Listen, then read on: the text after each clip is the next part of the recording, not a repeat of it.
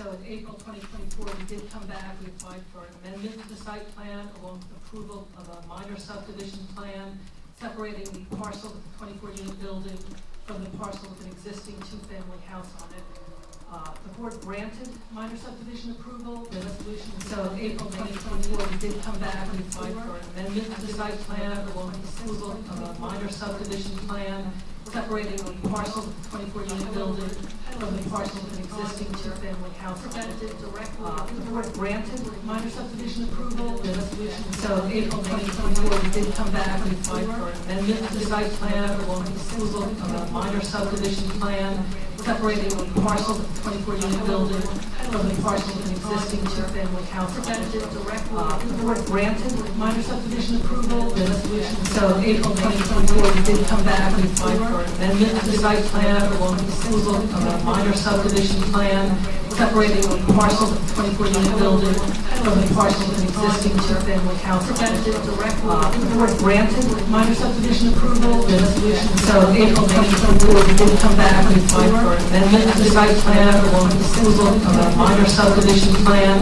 separating the parcel with the 24-unit building from the parcel with an existing two-family house on it. The board granted minor subdivision approval. The resolution. So in April 2024, we did come back and applied for an amendment to the site plan along with approval of a minor subdivision plan separating the parcel with the 24-unit building from the parcel with an existing two-family house on it. The board granted minor subdivision approval. The resolution. So in April 2024, we did come back and applied for an amendment to the site plan along with approval of a minor subdivision plan separating the parcel with the 24-unit building from the parcel with an existing two-family house on it. The board granted minor subdivision approval. The resolution. So in April 2024, we did come back and applied for an amendment to the site plan along with approval of a minor subdivision plan separating the parcel with the 24-unit building from the parcel with an existing two-family house on it. The board granted minor subdivision approval. The resolution. So in April 2024, we did come back and applied for an amendment to the site plan along with approval of a minor subdivision plan separating the parcel with the 24-unit building from the parcel with an existing two-family house on it. The board granted minor subdivision approval. The resolution. So in April 2024, we did come back and applied for an amendment to the site plan along with approval of a minor subdivision plan separating the parcel with the 24-unit building from the parcel with an existing two-family house on it. The board granted minor subdivision approval. The resolution. So in April 2024, we did come back and applied for an amendment to the site plan along with approval of a minor subdivision plan separating the parcel with the 24-unit building from the parcel with an existing two-family house on it. The board granted minor subdivision approval. The resolution. So in April 2024, we did come back and applied for an amendment to the site plan along with approval of a minor subdivision plan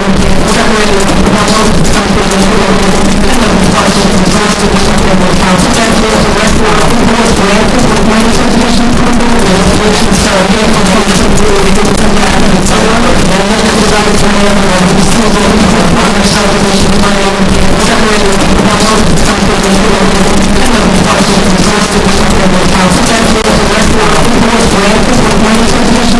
The resolution. So in April 2024, we did come back and applied for an amendment to the site plan along with approval of a minor subdivision plan separating the parcel with the 24-unit building from the parcel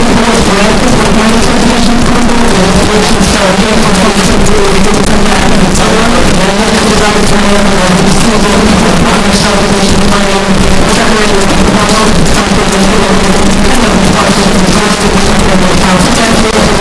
board granted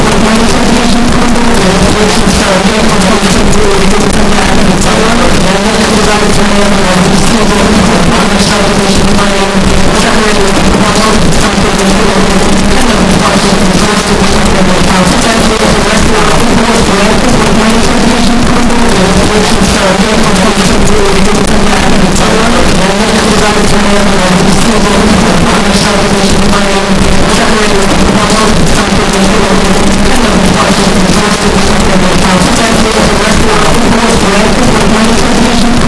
resolution. So in April 2024, we did come back and applied for an amendment to the site plan along with approval of a minor subdivision plan separating the parcel with the 24-unit building from the parcel with an existing two-family house on it. The board granted minor subdivision approval. The resolution. So in April 2024, we did come back and applied for an amendment to the site plan along with approval of a minor subdivision plan separating the parcel with the 24-unit building from the parcel with an existing two-family house on it. The board granted minor subdivision approval. The resolution. So in April 2024, we did come back and applied for an amendment to the site plan along with approval of a minor subdivision plan separating the parcel with the 24-unit building from the parcel with an existing two-family house on it. The board granted minor subdivision approval. The resolution. So in April 2024, we did come back and applied for an amendment to the site plan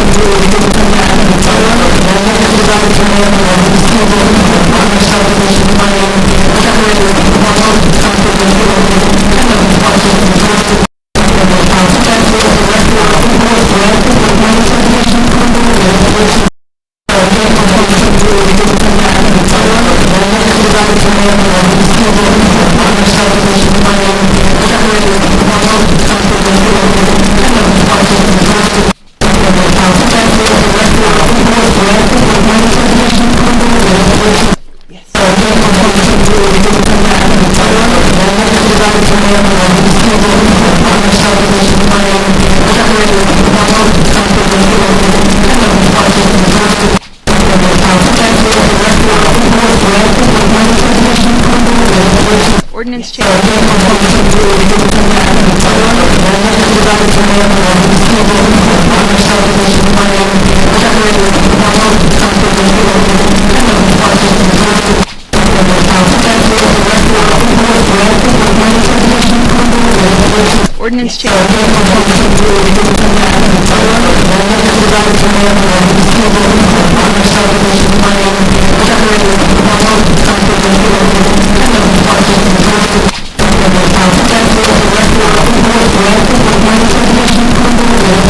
Ordinance change.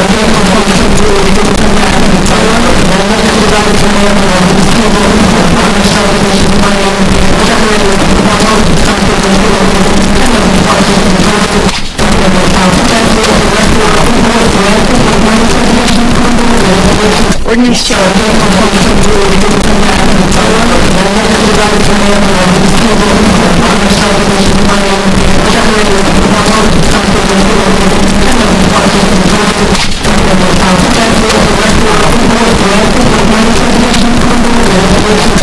change.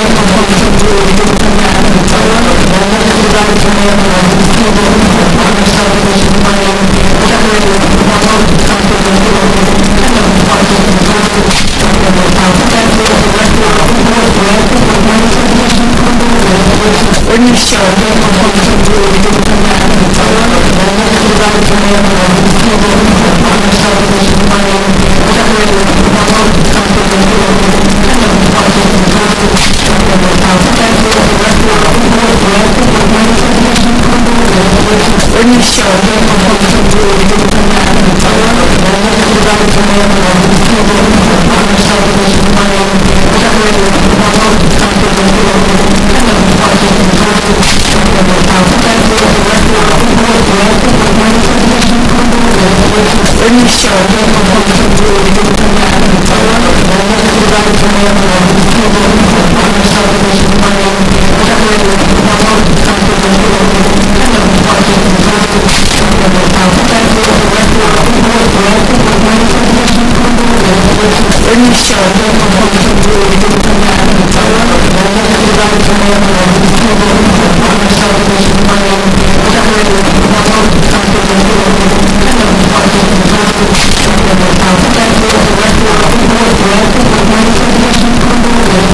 Ordinance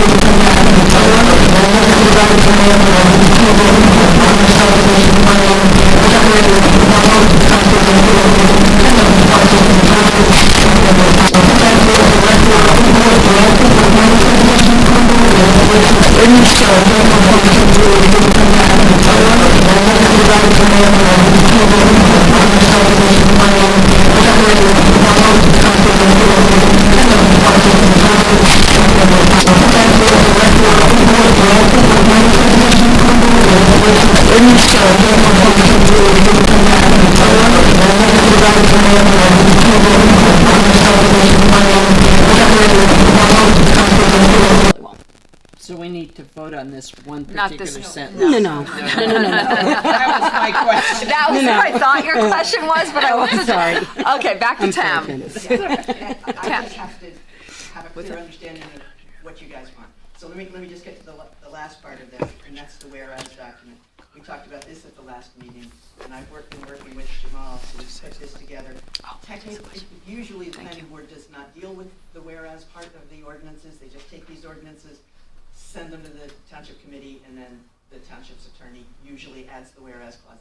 But because there was some interest on the part of the planning planning board as to how this dovetails with the planning objectives in the master plan. We wanted to have a little input into the whereas clauses. So you can see in this whereas clause document, I have the titles of the different sections of the ordinance. You can see where the ordinance will fit into that.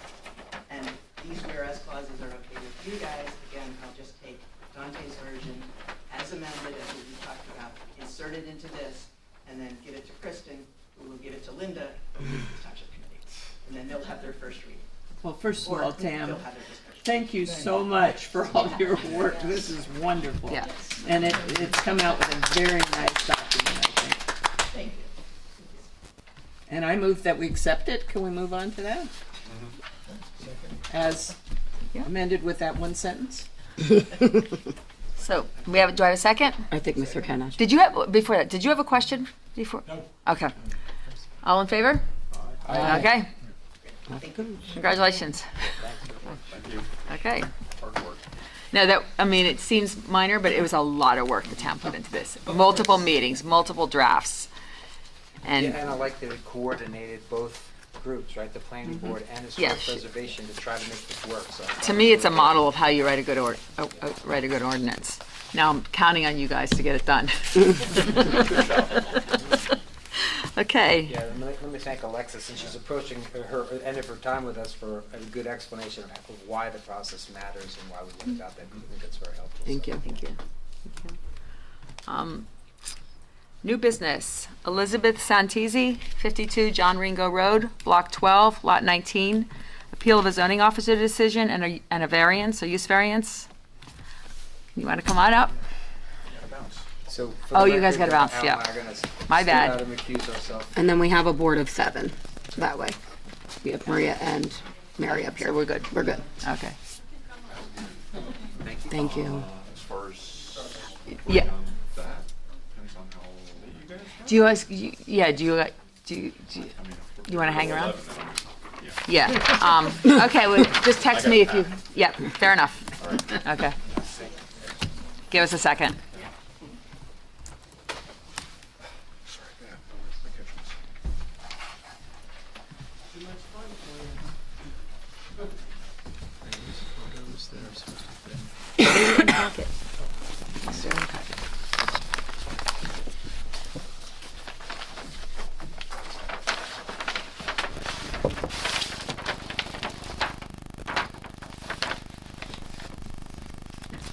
Can we start? So before you get started, I'll do this procedural stuff first. Can you please both raise your right hands to be sworn in? Do you swear or affirm the testimony you're about to give will be the truth, the whole truth, and nothing but the truth? Okay, thank you. Go ahead. My name is Elizabeth Santisi. I live at 52 John Ringo Road, and we're looking to make an addition onto our home, just to make it more livable, bring it into, make it livable for our whole family. And there is a,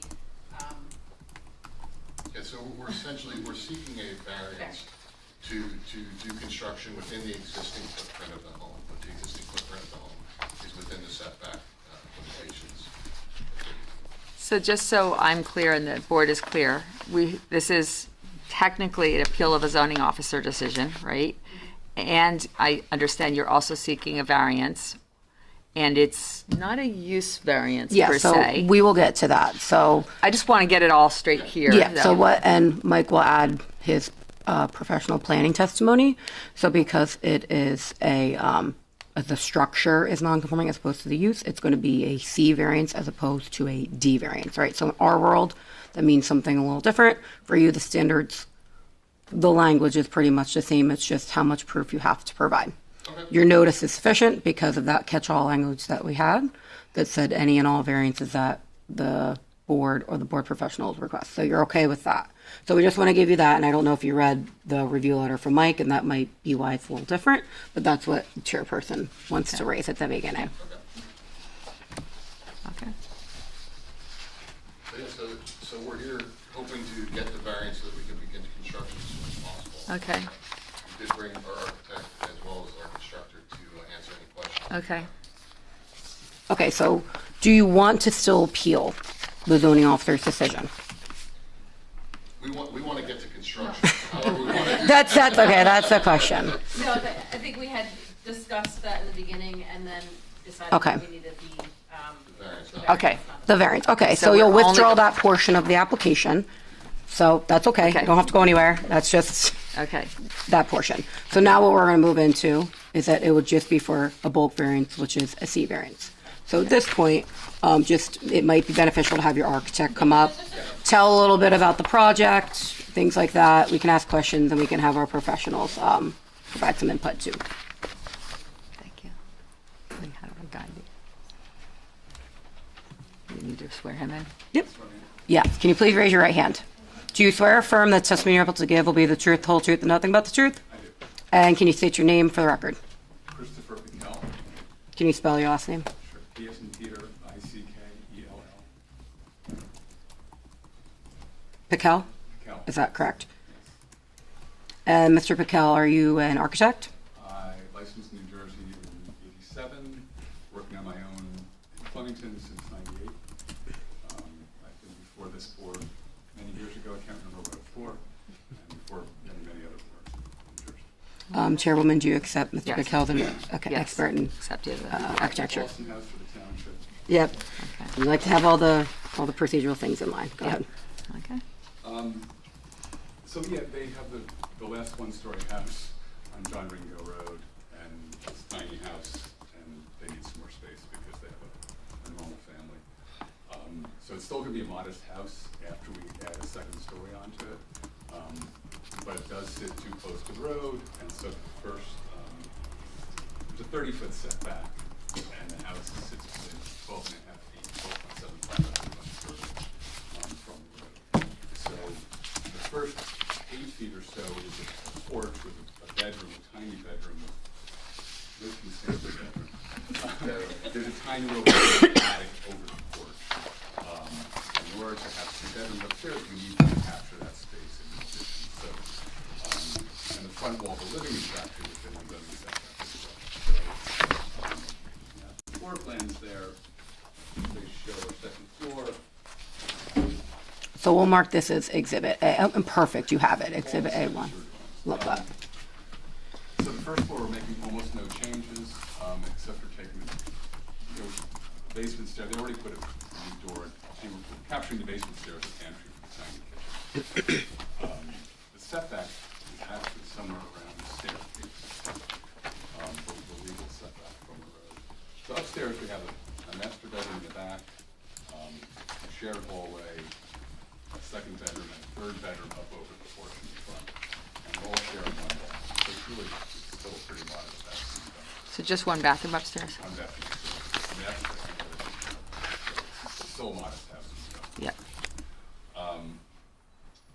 And everyone likes the bungalow look, so we tried to keep it looking from the front to the side. This is A2. We tried to keep it, and these wings are way back. That was my question, okay. Yeah, these wings set way back from the road. So I think from the road, you're still gonna see the nice triangular gambrel sitting up on top of the porch. We're gonna raise the roof because it's really miserable inside. So this roof line is actually raised up a bit. But we tried to keep the thing as low as possible. These wings are actually back, a bit, about 8 feet back. And so we're trying to preserve the look of the house from the road. The house across the street did the same project a number of years ago, really tall and really vertical. We're trying to keep this house a bit more. There's no functional attic space above the second floor. There's just a little tiny crawl space for some ductwork. And that's pretty much it. So the side walls were a continuous eave line down across the sides of the house to help disguise the fact that the windows aren't going to line up and down. So I think it's still going to feel kind of like a big dorm on a bungalow, trying to make it feel like a 1.5-story house, not a 2-story. But functionally, it's a 2-story. Can I ask a simple clarifying question?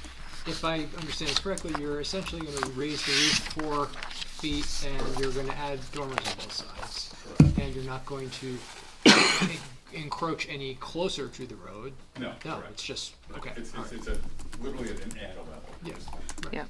We're raising everything above the attic floor and building the second floor. And trying you're, to disguise it with architectural tricks to make it feel still pretty much like a one-story house. And it's still within the permitted height, correct? yes. Yeah, okay, I just want that on the record. Yeah, yep. In the permitted height, not exacerbating the existing nonconformity in the sense of not coming in closer, not, yeah. And it's not increasing the coverage? We're not touching the ground floor at all. Okay. Zero work on the ground. Okay. I have a question. Go ahead. It says, although these conditions are pre-existing, the increase in intensity of the use on the property requires bulk variance relief. I don't know what that means. Mike will explain that. That's Mike's letter, right? Oh, okay. He'll explain that. It's currently a 3-bedroom house. The septic is for a 3-bedroom house, and it will be a 3-bedroom. Yeah. So, Okay. in terms of intensity, there's more square footage, but I don't think there's any more intense use. I have another question. Do you know when the house was built? 1920, or, About. yeah.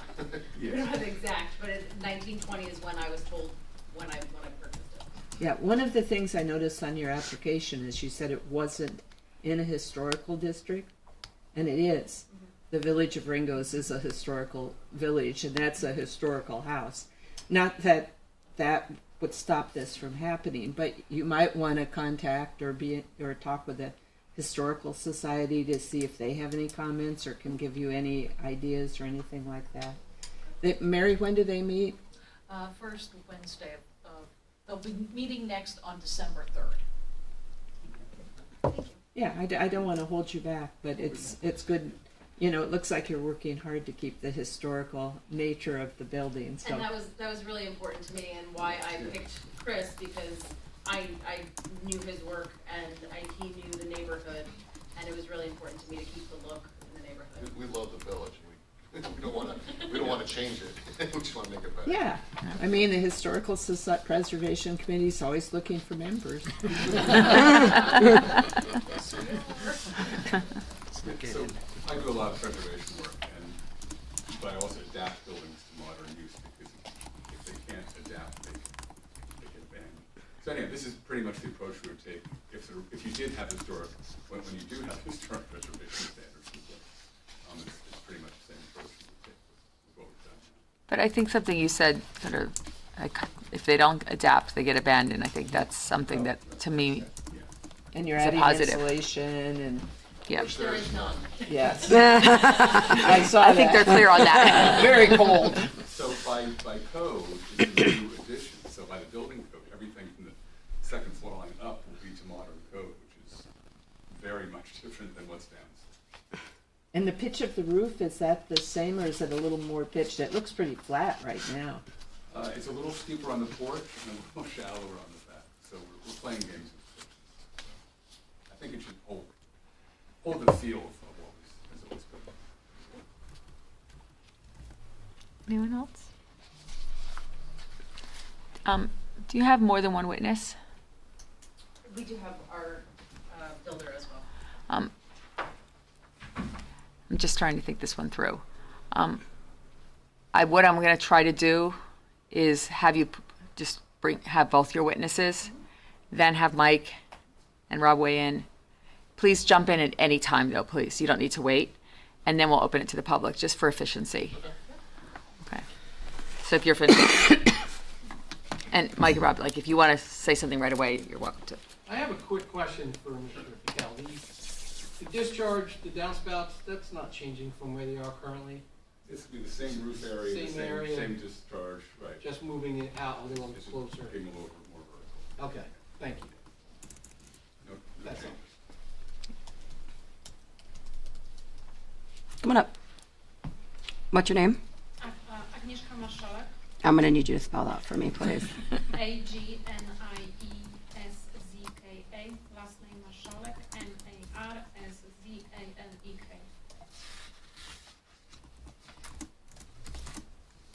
And what are you to this project? I am the builder. The builder. And can I swear you in? Can you raise your right hand, please? Do you swear or affirm the testimony you're about to give will be the truth, the whole truth, and nothing but the truth? Yes. Go ahead. Am I accepting her as a No. Okay. No. Go ahead. So, any questions from me? I don't have any questions. Yes, I do. Go ahead. Very basic questions. The sequence of constructions, could you describe to us? So we obviously have to remove the entire existing, let's say, second floor that is really not existing because as they explain, it's slash livable space. It's not really what it should be, as a model. So, and then we're gonna, build up the second floor, framing, roof, and the siding. That was the important part for them as well. We're gonna use the hardy board. If any of you is familiar with that, I have some samples. So I came prepared, it's kinda gives you that feel of the wood versus the plastic that you can see all around, And we're gonna keep also some of the trim that goes above like the windows, like the nice big trim, So that was also important part for them to keep it, And then, from there, when all outside is done, we're just gonna go inside and finish the inside, Even the plan is to use some of the boards that right now on the existing like kinda slash attic space they use as like the hallway board, so like the nice white boards, The finishes that Elizabeth already picked is also like nice old style. She even asked for the bathroom that is gonna represent 1920s. So, we're gonna try to keep everything,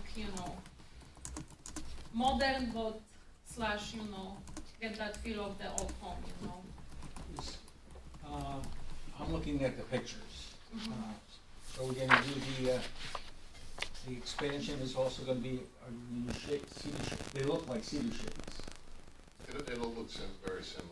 You said you had them? Yeah, I mean the shake, we're gonna use some shake, the hardy board shake as well, but only in the front gable. The rest is going to be the white boards, that kind of look like a wood. I'm happy to show you the example of it, if you want to. And the construction site will be all contained within the site, right? Yes, correct. Okay, Correct. so there won't be any tracks or anything No. along the No. sidewalk or, We don't have a sidewalk. okay. Right, but I understand also it's a county road, so it's, yes, We already planned for that, Are you builder? Yes, I am. Okay, great. A very good one. Not very I mean, common. I manage. I figured that. Anyone Thank else? you. Any question? Mr. Godric? Well, I think my question is for Mike. Yes. So, in your memo, that third part says that roof raising additions to an existing non-conforming dwelling should be permitted without appeal for a variance provided. They're not asking for that anymore, they're asking for the variance now, so that part of the letter is. Yeah. Yeah, they withdrew the They appeal. withdrew the zoning appeal, zoning to officer. Well, I guess it's the same thing. Why do they need a variance if it's allowed? A variance will be more effective in the long term should Yeah. the property, should the house be destroyed by a disaster or something along those lines. A variance will run with the property, so it's applicant's decision to request the variance instead of the zoning officer determining the appeal.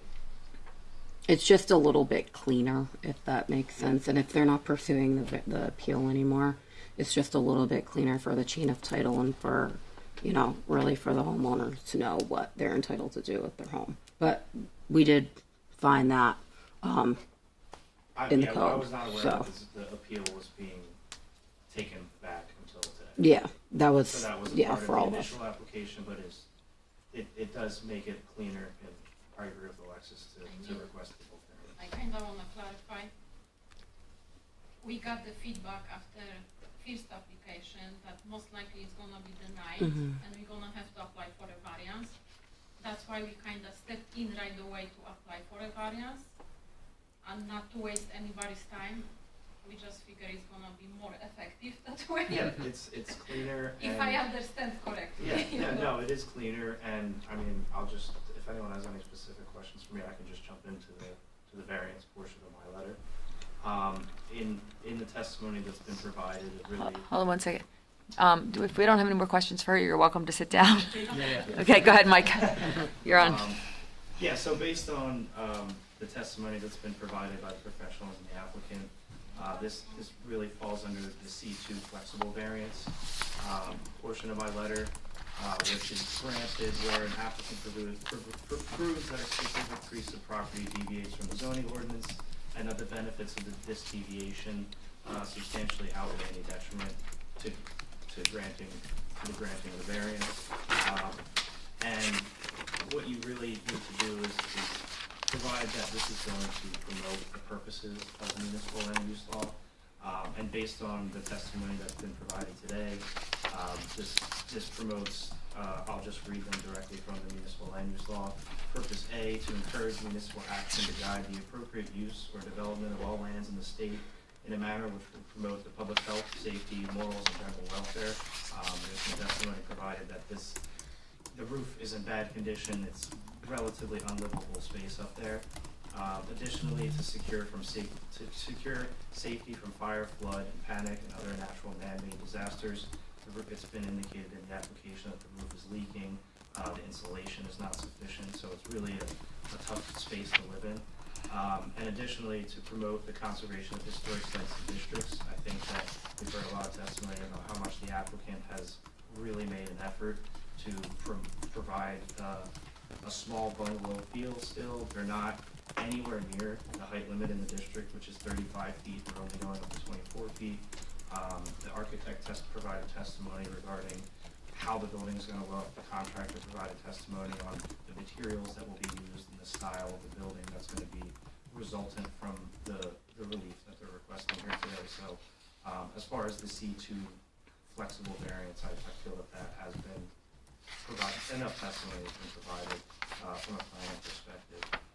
I did have two general planning comments in my letter that I just want to make sure we bring up tonight.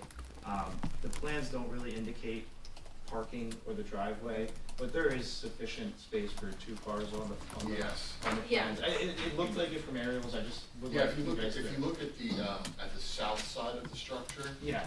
that area right there is enough parking for 3 to 4 vehicles out of the way. Okay, great, yeah. And then the other concern that I have, just to bring it up at this time, is the driveway looks like it's on the adjacent property. Are you aware that there's an easement or anything, or an agreement with the property owner for the, Yeah, so we know Dave and Polly very well, and, we build the driveway, we take, we each, split the cost of restoning the driveway, so we both take care of it. And so it is an agreed upon, it is an agreement that we have shared access. Okay, I And- would just request that there be some sort of formal blocking that down through the deed or something along those lines, because that property owner could sell tomorrow, and then that agreement goes away, and you guys have no access to your driveway or your garage. Just so that we can make sure we clear that up, maybe as a condition of. Yeah, so that's what I have, along what Mike was mentioning, just so we can solidify it. So a condition of approval would mean something that you would need to satisfy for you'd have everything. You'd essentially be able to start construction, which something along the lines would be of proof of access in a form that is acceptable to the board professionals, and that any appeal would be heard by this board. So just something that the board can say that you have that authority. Ideally, it would be in some sort of a written easement at some point. That would be ideal. But just a condition of approval, so we have that in writing. If that case, like Mike said, neighbor sells the property and then we have an issue. Yeah, it's just something that we have to address at these kind of boards to make sure that this isn't gonna become an issue. Yeah. Down the road, you know? Yeah, and that's really all I had. If there's any other questions, feel free to ask. Rob? Can I ask a question? We won't be able to start construction until that's satisfied? Can you come up? or- Okay. Yeah, because it's a condition of approval. The condition of approval. Start the construction or no? Yeah, because it's a condition of approval. Okay.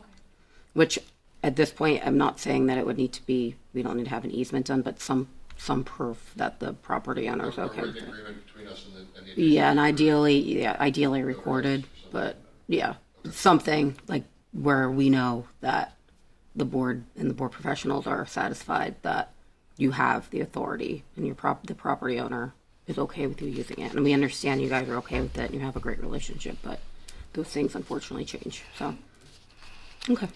It might be worth just asking Mike, what would satisfy you? Do you want a notarized letter? What constitutes Yeah, I mean, I satisfactory think that document? Alexis and I could work that out. I Yeah. think that a signed agreement, a notarized signed agreement with the neighbor, and then ideally this should be formalized into the property deed. Yeah, at least Just- recorded too, so it comes in the line of the chain of title.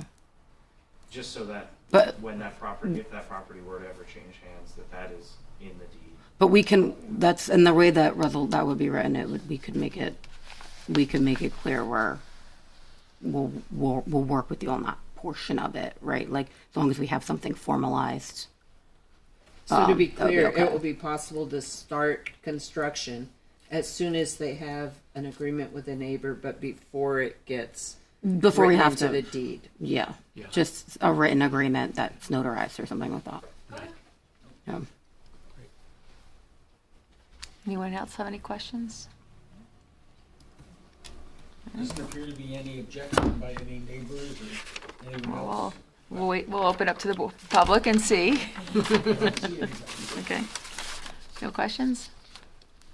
Mr. Davis, Mr. O'Brien? Or can I any just more? ask a few questions before Tam comes up? So in addition to the positive criteria, there's also the negative criteria, right? So, Ms. Santisi, is this consistent with what's in the neighborhood already, what you're proposing? So it is consistent. The general architecture and the look, is that consistent? 3-bedroom home, is that all consistent with the neighborhood? Yes. And the use as a single-family dwelling, is that also consistent with the neighborhood? Yes. And the use is permitted, is that correct? Yes. Yes. Are you aware of any of your neighbors who are No, I've upset spoken about with this? anybody that is, at least directly touching my property Mm-hmm. line and across the street. And they are all in agreement that, Mm-hmm. they, think that it's a great project and, they're not, I don't see any of them here tonight. And everybody else that has gotten the letter is not here, so. Okay. And for the record, I drove by today and took a look, and it definitely, looking at the pictures here and seeing what you're doing, it does very much seem consistent, and it will not be the largest property, it will not be the taller building, it will not be the tallest building. It very much fits, in my opinion, into the character. And when did you purchase the home? 2019. And you haven't expanded, is that correct? So you haven't made that setback any smaller, right? It's been the same for as long as you've lived there, it's been no different. Correct, yeah. Okay. Same for 100 years. And that's what I was getting at, but I just wanted that on the record as well, that it was likely a non-conforming from as long as it's been there. And you've put in a new septic, is that correct? Correct. That is correct. Yeah, we have a new septic that would hold continue to hold 3 bedrooms. Any other questions? And no more bathrooms, right? You said, okay, yeah. Any other questions? Okay.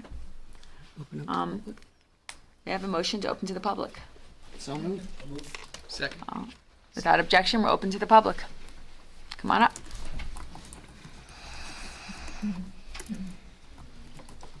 Just real quick, I have a suggestion. I know you're concerned about having an easement for the driveway, but also allowing them to start the project. So if they give a written agreement to the professionals, they can start the project. But you can also maybe defer the easement until final building inspection. Yeah, and I'm sorry, go ahead, Tam. And then, so they will have time during the construction to formalize the easement. And keep in mind, the building department gets copies of all your resolutions, so they will see that as a condition, and they can take that into consideration. It's another way to do it. Yeah, and that's the intent, is we want to at least let them get started.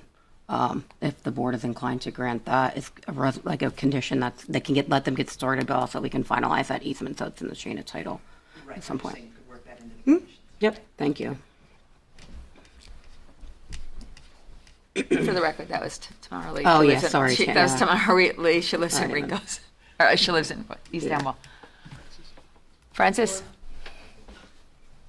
I just wanted, Francis Gavigan, just want to congratulate the professionals and the applicants for the efforts that they've made to improve the village and to stay in character with it. It looks like it's going to be a beautiful home and an addition. My only question has to do more with, how did they end up needing a variance if they weren't moving closer to the road? That's my question. You know, so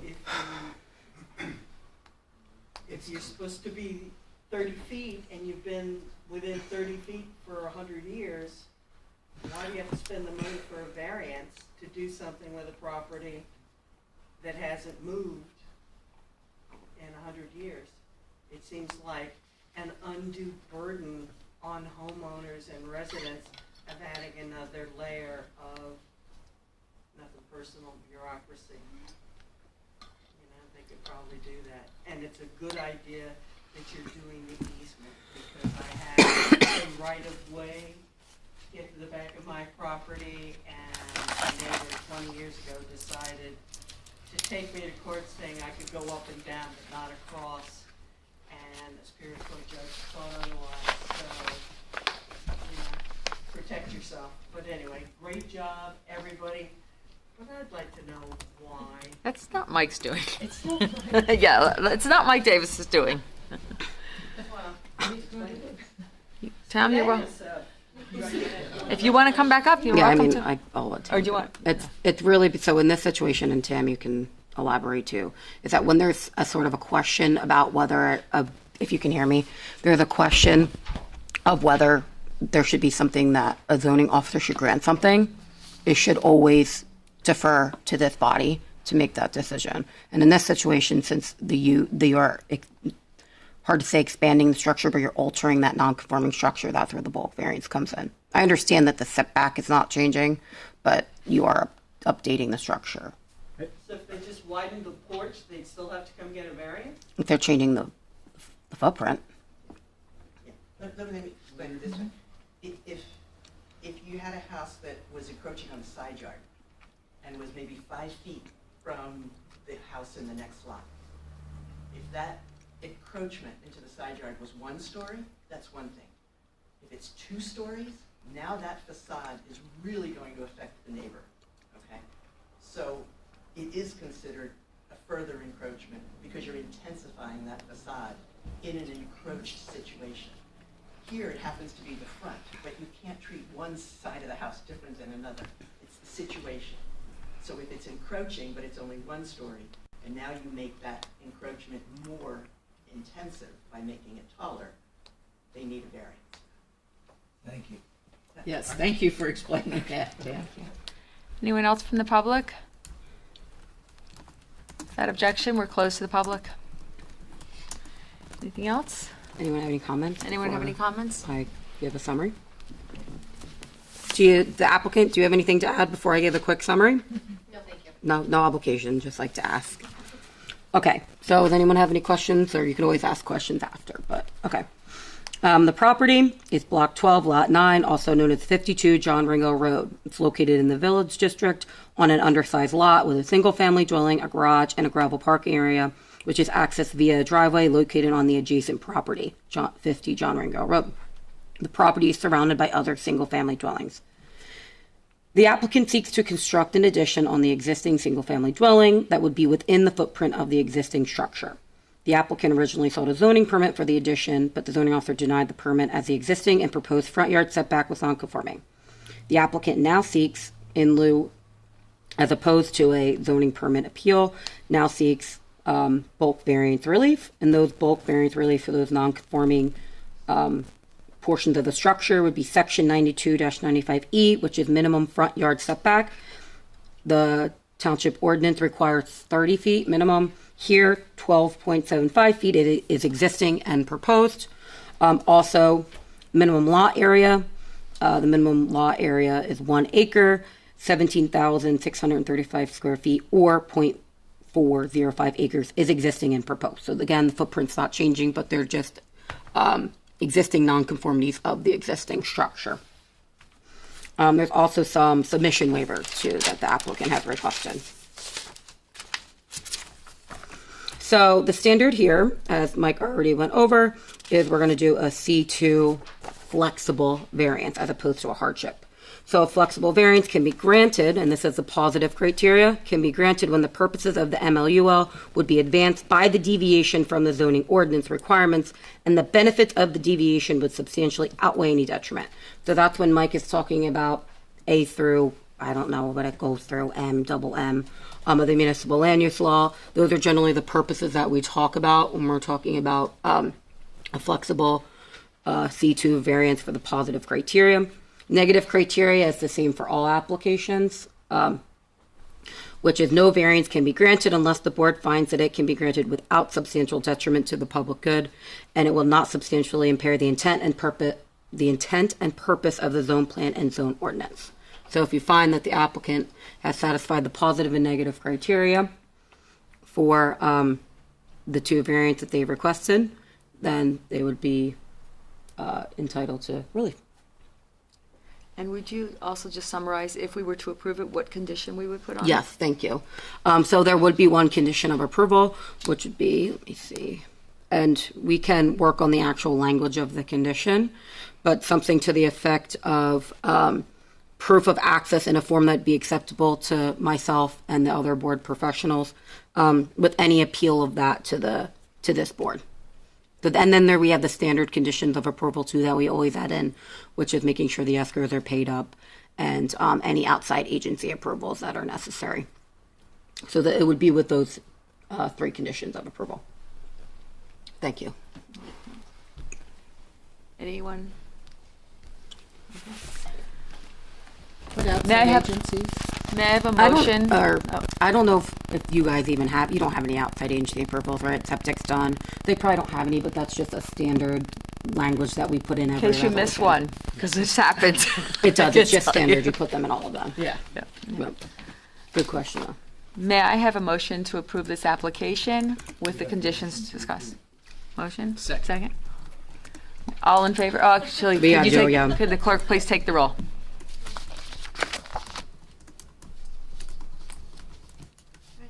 Mr. Cadre, Yes. Mr. Catanacci, Yes. Ms. Van Horn, Yes. Ms. Wiggum, Yes. Ms. Teresi, Yes. Mr. Koha, Yes.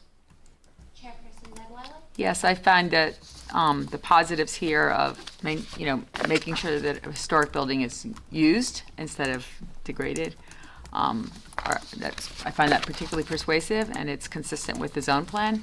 I don't actually, so, yes. And thank you for working so hard to keep that feel of the property. Yeah. It really does enhance the village. So the motion is passed. Thank you. Thank you.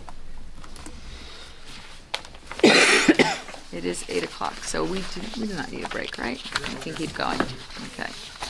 Give me a second to get organized here. Just so you guys, and so Ms. Santisi, just so you know, I know you're pro se. What will happen is that they just approve the application. Next meeting, we'll have a resolution, which will memorialize it. So all that means is it just puts everything that they decided tonight in writing. So they'll take another vote, but that's just voting to say that what's in that writing is consistent with what they decided tonight. Okay, so you'll see that on the agenda, but it just means it's a memorialization is what we call it. So I just want to make sure you were aware of that and you weren't scared when it's on the agenda next month. They don't have to wait. If they get the agreement, they don't have to wait. It's at their own risk, yeah. At their own risk. I don't know what happened to all this. Thank you. Okay. I just wanted to give you that disclaimer. Next item on, You're welcome to stay. if You're you'd welcome to like, stay. but You don't have to.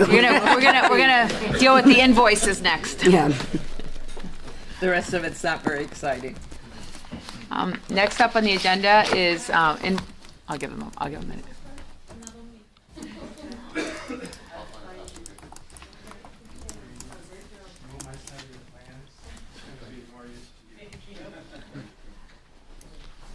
So next up on the agenda, invoices for approvals. Everyone had a chance to take a look at them? Yes. Okay. May I have a motion to approve invoices in part 1, 2, and 3? I make a motion. In a second. All in favor? Any objections? Okay, motion is passed.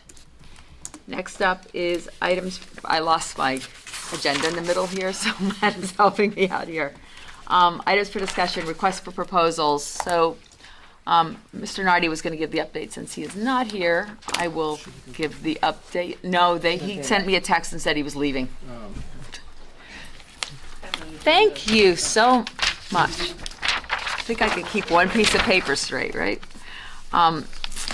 So we put a request for, let me see if I get this right. We put a formal request for proposals out, particularly for an attorney. And we have multiple strong applicants. We had to cancel we had a sort of process change we needed to make in the middle of it, so it delayed the interviews, but we now have the interviews scheduled. Matt Kohat, myself, Candice, and Al will do the interviewing. I don't think we'll all interview everybody. It's a little overwhelming, but at least a few of us will interview. And our plan is to be able to brief this board next month, likely an executive session, so that we can, as a board, then vote to determine who we want to hire. And then we will appoint officially in January. We will be losing Alexis. By the way, I made a stink about it with your bosses, but we will miss you. Thank you. I feel like we'll be in a good place, and I really appreciate everything you've done, and I also, appreciate, this is a young board, and you really worked with us, so thank you. But I think we'll be at a good place. So, affordable housing, Mr. Davis. The hot topic. Yeah, not very common. I'm just going to provide kind of a general overview of what's going on. There's been a lot of talk about it recently because the Department of Community Affairs just recently released every municipality in New Jersey's affordable housing obligation numbers for the fourth round. There was a very different process that affordable housing has gone through in the past 20 or 30 years. It's been in and out of the court's hands a lot. There were settlement agreements. There was a lot of litigation going on. So in March of 2024, the state legislature adopted two concurrent bills, S50 and A4, which kind of revamped the affordable housing process that the state goes through, that every municipality has to do. For East Amwell specifically, the third round was satisfied in 2018 through a settlement agreement and the adoption of a housing element and fair share plan. And that is a document that is a part of the master plan that is adopted by this board. So as we move forward into the fourth round, there are new numbers that the township has to satisfy. They don't have to be built next year, they don't have to be built tomorrow, but the fourth round is from 2025, June of 2025 to 2035, so it's a 10-year span. So basically what needs to happen is planning for those units to be, planning a realistic opportunity for those units to be constructed over the next 10 years. The numbers that were provided by the DCA was a present need of 4, which talks about rehabilitation. I say a present need of 4 okay. units, and the present need talks about rehabilitation. So there are specific parameters that the DCA looks at through census data and different fact-finding missions that report on how many deficient units there are. So basically that's a number that will need to be addressed over the next 10 years. And the prospective need, this is really what you have to build new units, is 44 units. These numbers have been developed through a very, very complicated methodology, through mapping, through income limits of the region, and all these different statistical findings that the Department of Community Affairs have gone through, and that report was released a little bit over a month ago. What happens now, just to provide a timeline for the future, the township, and this is the governing body, has until January 31st to adopt a resolution accepting those numbers for the fourth round. Our office is doing a lot of research into how that methodology was played out, how those numbers were calculated. We don't anticipate many changes to those numbers, but that's sort of the first step, is accepting the number. After that, February 28th, 2025 is the next date. Any interested party can challenge the number that the municipality has accepted. And then on March 1st, if there was no challenge, the municipality's fourth round obligations will be established by default. March 31st, if there was a challenge, this is the final opportunity for the newly established program, which is the Board of Affordable Housing Professionals who really know this stuff in great detail. They will be reviewing all the challenges and the numbers and seeing whether that challenge was appropriate or not. The big date for this board is June 30th, 2025 is the deadline for this board to adopt an updated housing element and fair share plan, which is a lot of statistics about housing in East Amwell, income limits in East Amwell, population in East Amwell, just all updated numbers since the last plan was done in 2018. So that's really kind of the focus of what this board needs to be aware of, is that housing element fair share plan. So other than the numbers, updating the numbers, what else do we need to do, if anything? The housing element. The whole element. That's, so It's an a actual big- plan for how these houses could conceivably be built, if the So developer was interested. Yeah. The number was 40 new and 4 No, renovated? 44 new. 44 new, and the present need is like a rehab. It's been called rehab in the past, but yeah, like essentially, to put it simply, it's like renovated and updated. So what if we came up with a program where if somebody took a house that's not currently occupied Yeah, and brought it so that it's livable yeah. and rented it at an affordable rate? Was it like $1,500 a month? What's considered affordable? I for don't two or have three? the income, I don't have the rent limits right now. I don't Yeah. know if they're out There's yet. different So, levels. but if There's East like Amwell said, very if low, you- low. If you take a historic home, make it livable, and rent it at an affordable rate, we'll give you property tax relief for a decade. So, like if No, you came up, that is a program. It's called, that's like a market to affordable program that is an option for providing for the units. Yes. Now, they also have to agree to keep it at affordable rate forever. Deed For restricted. how Yeah, the long? deed 30 restriction years. has now been changed from 30 years to 40 years. Yeah. But it varies on the types of units. There are group homes in East Amwell that have added new beds, and that's they count as affordable units. So we have been doing work with the Affordable Housing Subcommittee to sort of start to address this need. Now, with the senior housing that's going in, Yes. that's 24 units. Yes. But I've heard that only a certain amount of senior housing can count towards Yeah. the 44. Correct. There is a new cap at 25% on your need, which I think we've gotten into the numbers, and this is where it gets really in detail of shuffling units around. Let me pull up my updated numbers.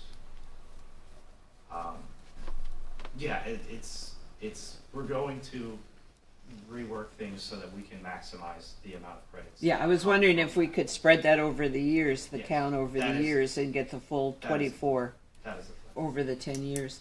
And we've already got 2 of the rehabs with the house that they're redoing.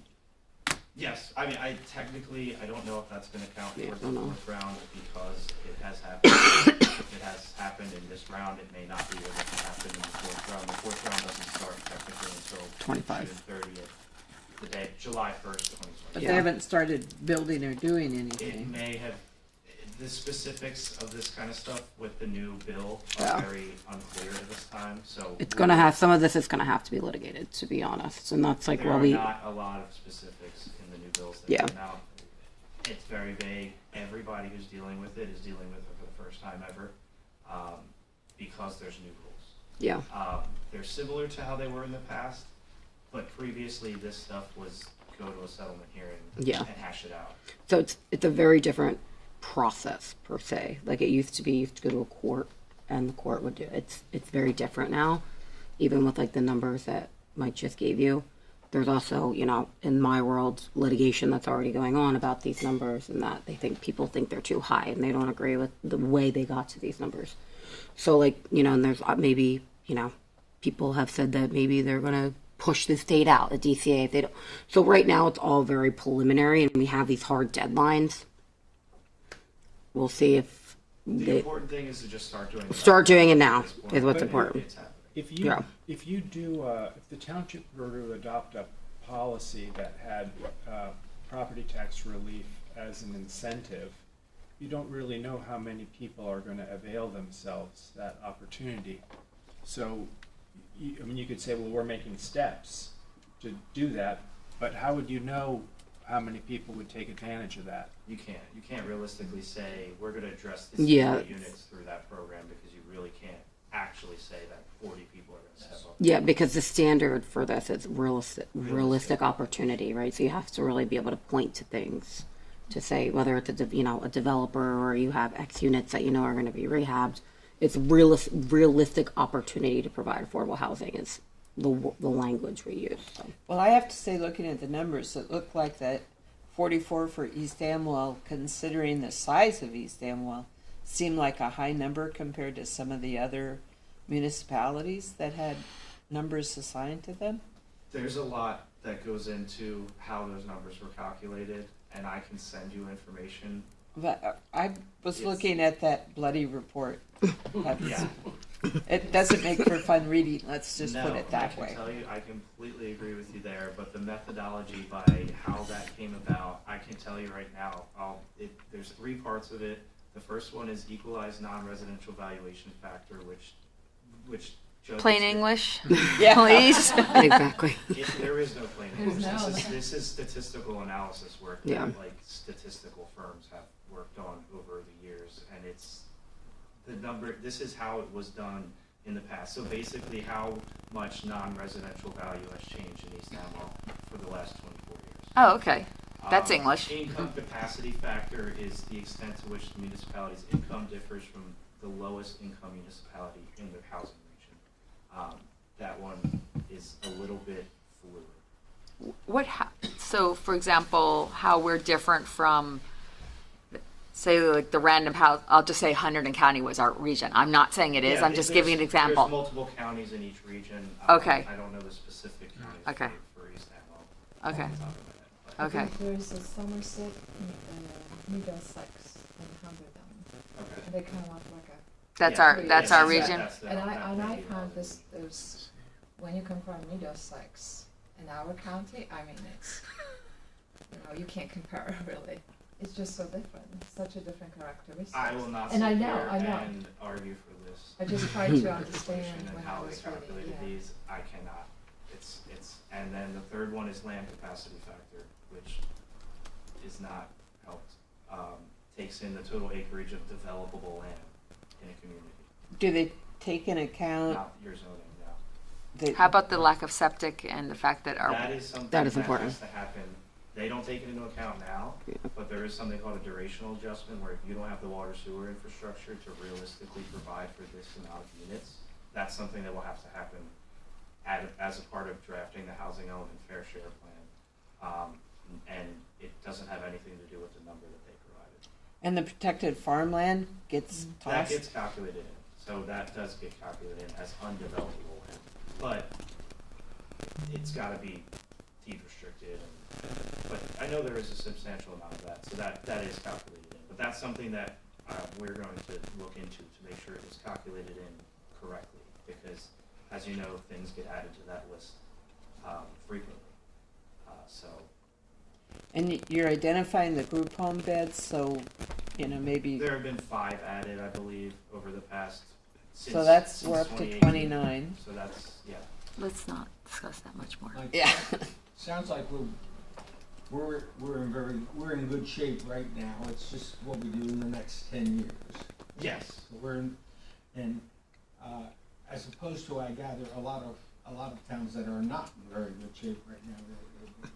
A lot of places, in a lot of places, they put this off and put this off and put this off, and now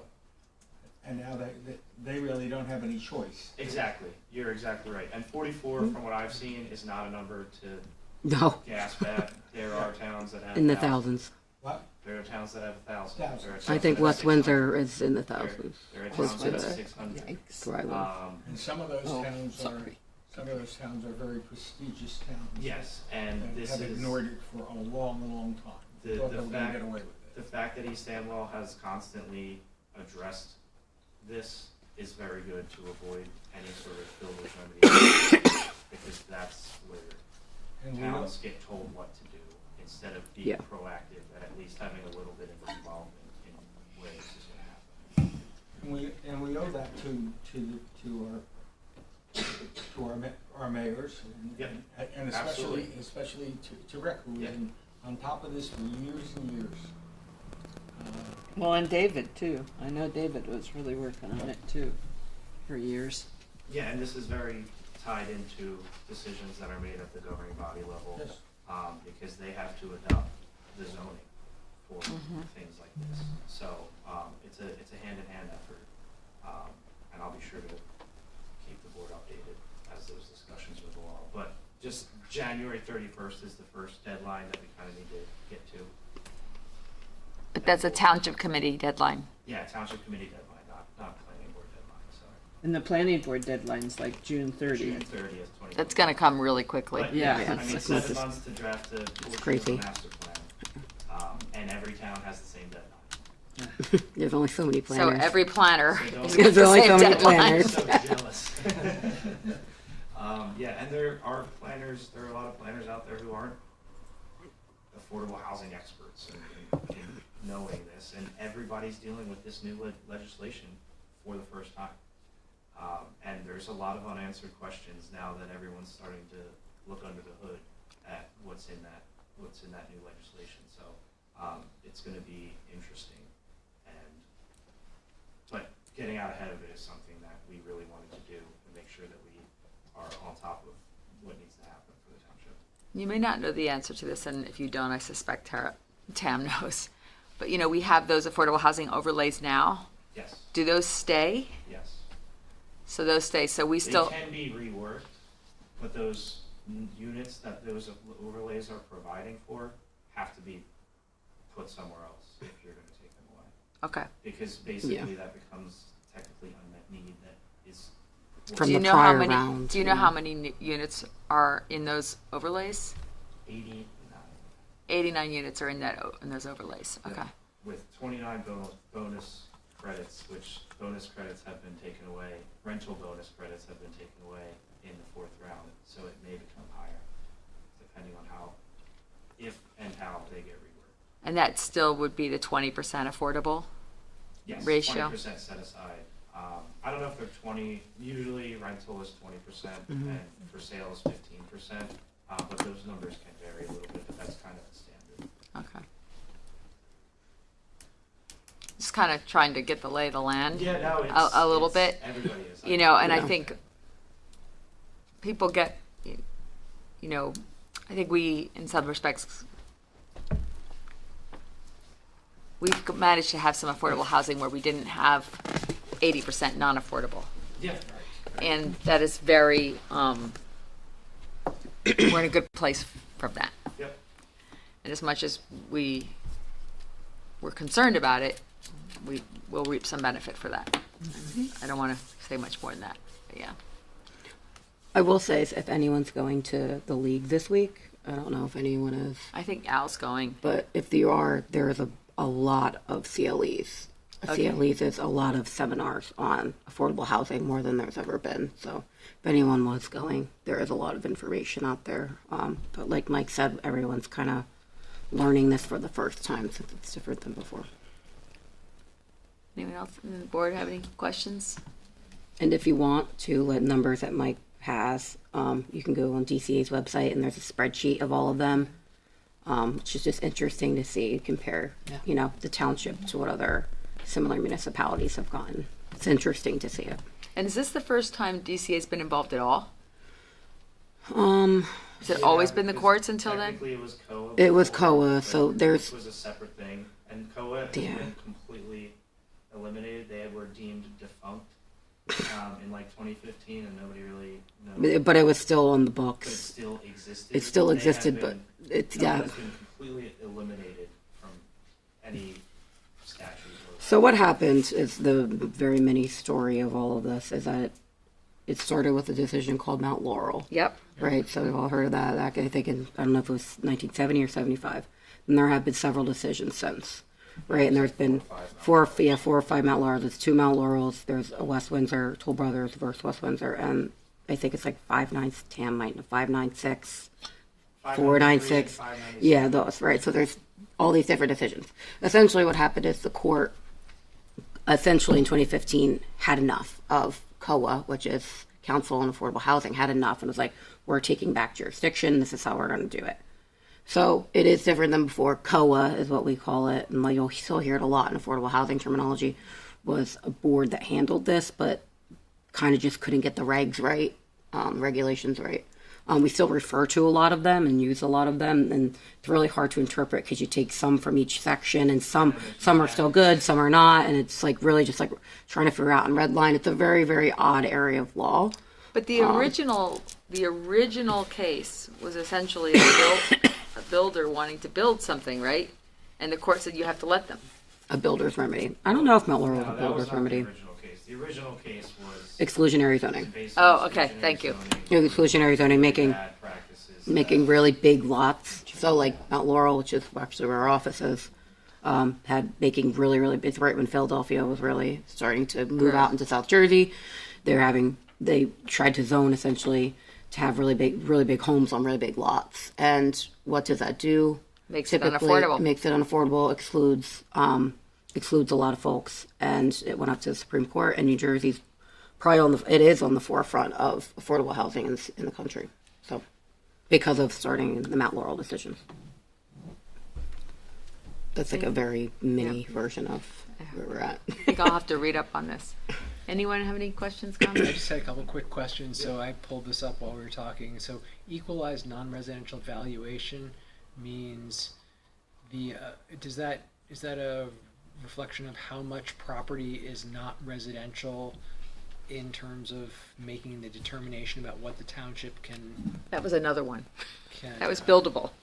that's buildable. So what's non-residential valuation based on? Do you have any idea? It's like commercial property. Commercial, okay. And then income capacity factor is just based on census data, presumably, Yes. for income. And another a part of this is that the new ACS data for 2023 is going to be released in December. ACS is American Community Survey. Right. So they have the census every 10 years, and sometimes they have 5-year updates to it. But ACS happens every year, and it's a lot less polling, obviously. It's Right. a lot less specific information, and it's more projected and estimates. But that data will be coming out early December. So that's something that we're going to be looking at as well to see if that data comes out and could potentially move things in the direction that the township will want it to be. Right. What is land capacity factor?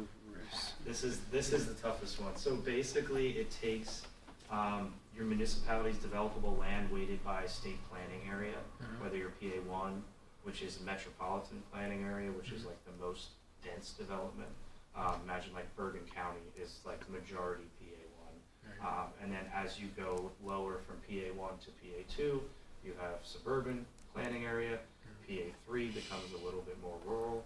PA4 and 5 become environmentally sensitive planning areas where the state envisions development should really not be happening. And that's, again, a very quick summary of it. There's PA7, there's PA7A, there's PA8, which is Parks and Open Space. And what's a little bit complicated is that the state plan is currently being worked on as an update because it hasn't been updated since 2001. And the state and agencies up at the state level have been working to update the state plan. And there's a seminar on it tomorrow at the league that I'll be attending, and hopefully we'll have some updates on it. But that's another planning effort that is going to be happening over the next year or so, which is called cross-acceptance, which deals with municipalities having an input on that, on the state plan, and what their planning areas are, and what's appropriate and what's not. So that won't impact any of these affordable housing obligation numbers, and land capacity factor numbers, but, because it's a little behind, and I don't think it was ever intended to be honest, but there's a lot going on. Right, I just asked because it says our land capacity for East Amwell is 0.00, the factor is 0.00, and I wondered what the heck that might mean. Yeah, no, I can, Yeah. we have been running the numbers, Yeah. because when you do this, it's easiest to just run it for every municipality. Sure. But you're calculating steep slopes, Right. you're calculating preserved farmlands, you're calculating dozens and dozens of different layers in GIS that, like, it's honestly been, our computers haven't really been able to handle it because of how much data we're trying to process in them. So there's a lot going on with it, but Right. we're getting we're getting under the hood, if Great. you will. Thank you. Anyone else? I think we'll be back to this topic. So this was a primer for you're all really, if we're all very interested, that's good, because we'll educate ourselves, right? Very good. Okay. Oral reports. Ringo's Advisory Committee. Nothing new. We weren't able to put the flags out because the ground was cement, Okay. and we didn't want to break them. Okay. And we are hoping for some rain on Thursday. Okay. FOSPA Environmental Commission. Mr. Cod, do you have some updates? The Environmental Commission has not met. We're still looking to merge with Recycling Committee, Okay. which is active. Okay. Ag. Where was there some updates to the SADC stuff? We are, so that's the open space. Yeah. We are on the docket now for SADC to be looking at our farmland preservation plan. Okay. And we got a letter from some folks at the American Farmland Trust that have a little list of places that they're interested in to protect farmland in East Amwell. Oh. And most of those are in our draft report. Oh, that's so good. we're following up on that. Okay. Historic preservation. Unfortunately, I was unable to attend the. I think your update is that we're sending the ordinance to the township committee. Well, that too, but other than that, nothing to report. Okay. Kristen, Planning Board Secretary. Nothing that I can think of to report. Okay.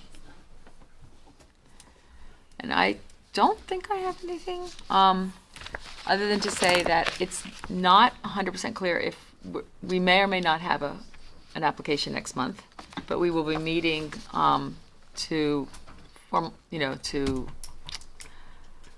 select our professionals, set the calendar, pay the bills, and we'll let everyone know whether we have an application.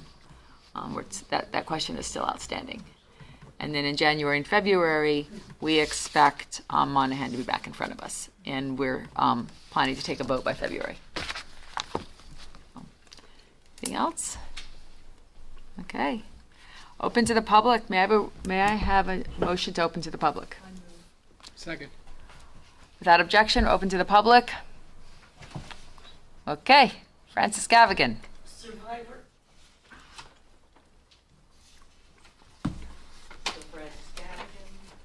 When you're thinking about your goals for next year, there was talk 2-3 years ago about looking at the village and other areas to be adjusting the setbacks and distances and things like that to minimize the need of people on smaller lots to go for variances and the hardship that entails.